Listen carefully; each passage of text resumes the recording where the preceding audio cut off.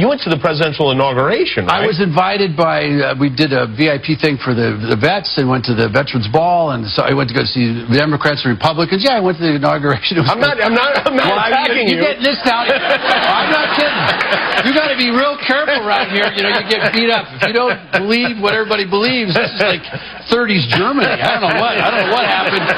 If you're not part of the group, you know what we believe is right. I go, well, I might have a problem with that. I'm a comedian. I like going on both sides. What about Tim Allen?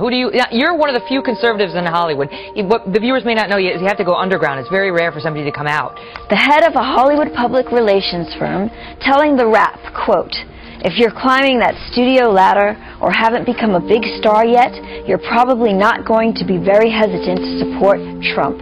These people are afraid because their bosses are very likely Hillary Clinton supporters." What I find odd in Hollywood is that they didn't like Trump because he was a bully.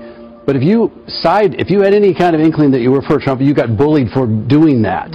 And that's where it gets a little hypocritical to me, is that you can now bully people, and you're always on the defense with this. You mentioned, the number of liberals in Hollywood. There's a lot of them who are in very powerful positions. I think there's a lot of people who are probably not liberal who pretend they are. And there's a lot of conservatives who pretend they're not. And that's a very sad thing. Clint Eastwood saying, Joanne, your generation is a generation of pussies. Here's the quote.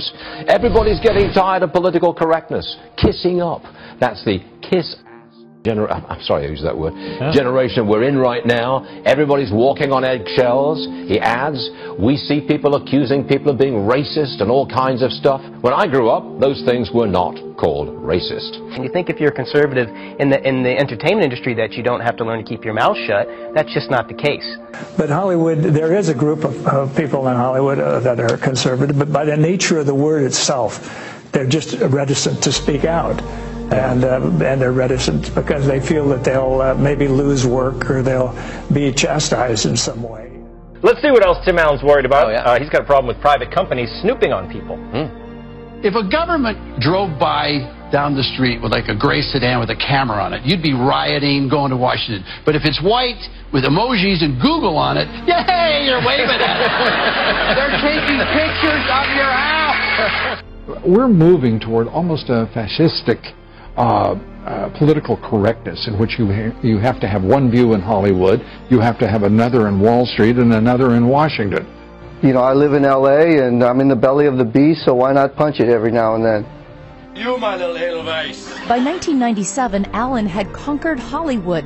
Tim Allen is one of Hollywood's biggest stars, and his hit show, Last Man Standing, returns for its now 5th. I don't think you should ride that motorcycle anymore. Is this because of Obamacare?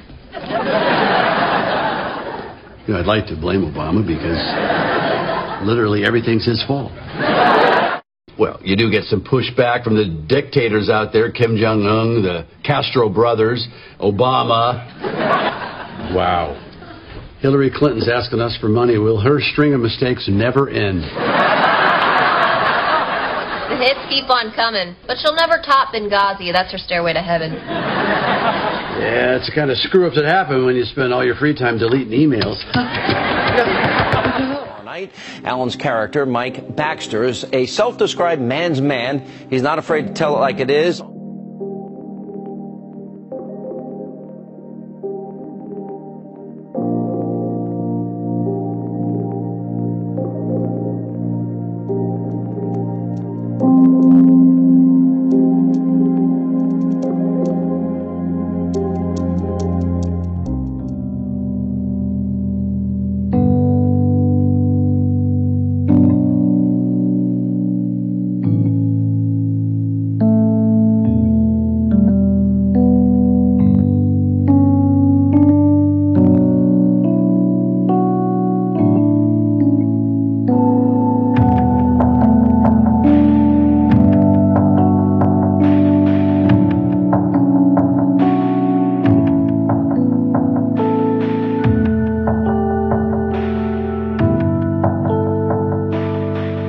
In the beginning, I was getting hate from the left.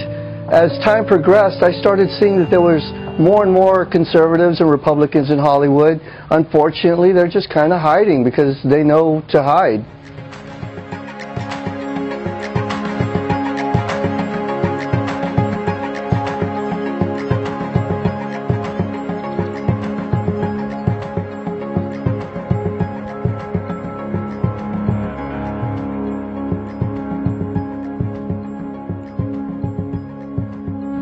So if you're a conservative in Hollywood, or if you have unorthodox views, if you're not with everyone else, I mean, you must feel very, very isolated, but you must also have to think through what you believe. You can't take anything for granted if you're you. No, I don't. I love a good fight. I'd rather be in the mix of it. I don't like being comfortable. I actually love liberals. I love partying with them, hanging out with them. I just don't want them governing over me because they want to take control over every aspect of my life.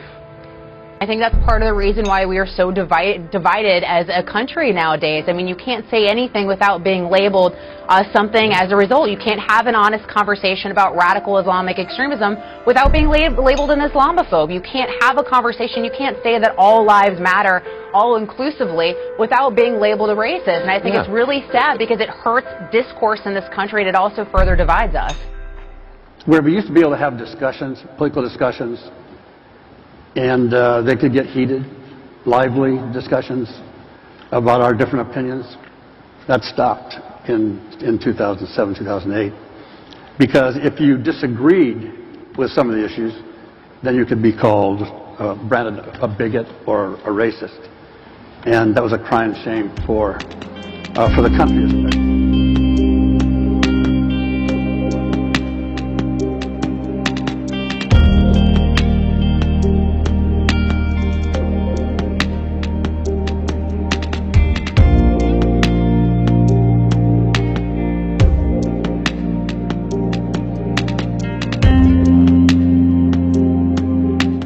You see, the world is kind of the opposite of Hillary Clinton.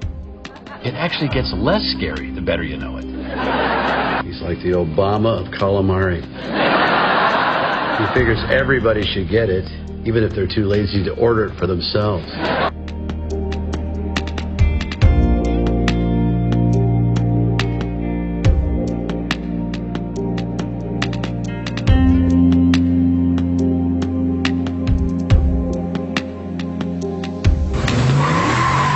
He'd rather discuss quantum physics than box office numbers. Whether you're a true believer or a pagan. And he spends a lot of time working on that curious relationship with God. Or, as he says, the builder.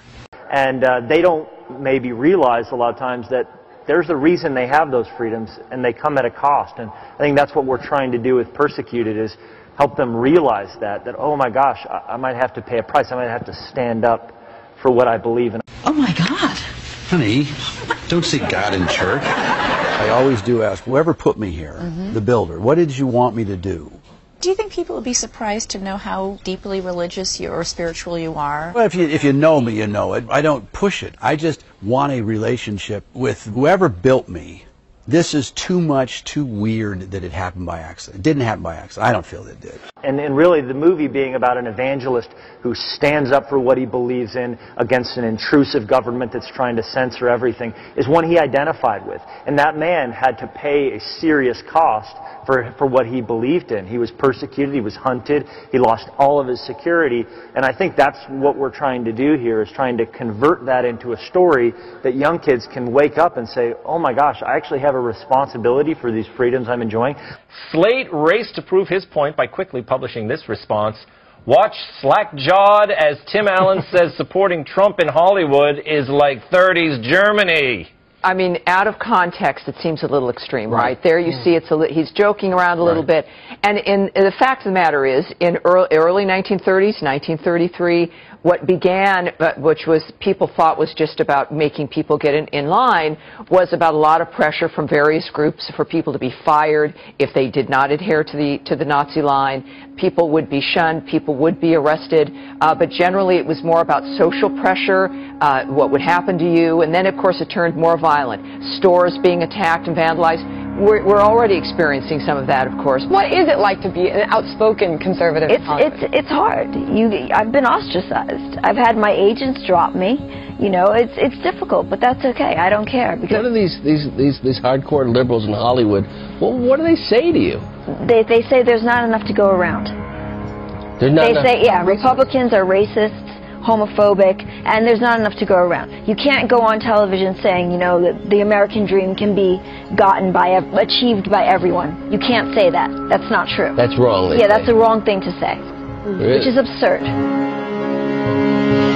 Whoever built me, this is too much, too weird that it happened by accident. It didn't happen by accident. I don't feel that it did.